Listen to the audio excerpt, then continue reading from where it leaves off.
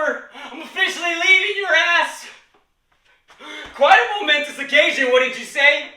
So I'll make sure to celebrate this momentous occasion in the most momentous way possible. The problem is, I haven't figured out how I'm gonna do that just yet. But you're right, Ellie. You're right about everything.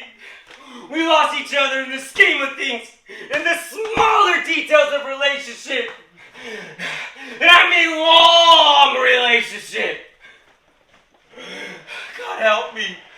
I'm deserving of being in a relationship that's functional.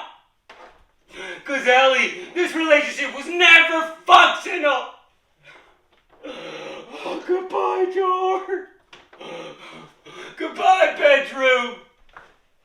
Goodbye, faucet that didn't work and just remind me of this dysfunctional relationship what I was in that reminded me I thought was love.